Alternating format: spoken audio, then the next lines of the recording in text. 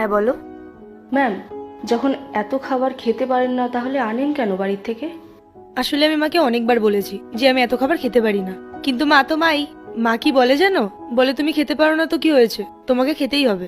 আর জোর করে প্যাক করে দেয়। ম্যাম জানেন, আপনার খাবারের যা বেঁচে যায় সেটা রাহুল কি করে?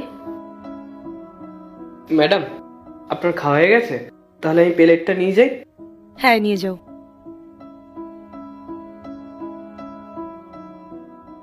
হ্যাঁ, কি যেন বলছিলে তুমি? কি করে রাহুল এই খাবার? আমার সঙ্গে আসুন, আমি দেখাচ্ছি আপনাকে। চলো।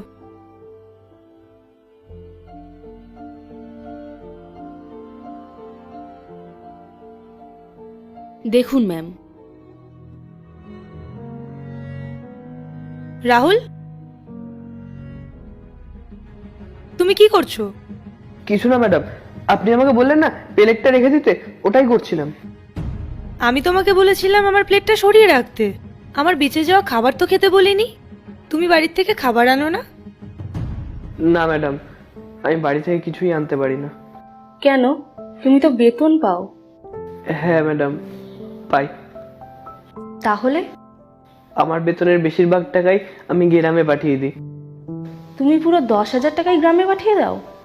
না না ম্যাডাম, 7,000 টাকা আমি গ্রামে পাঠাই আর 3,000 টাকা আমার কাছে রেখে দিই। 2,000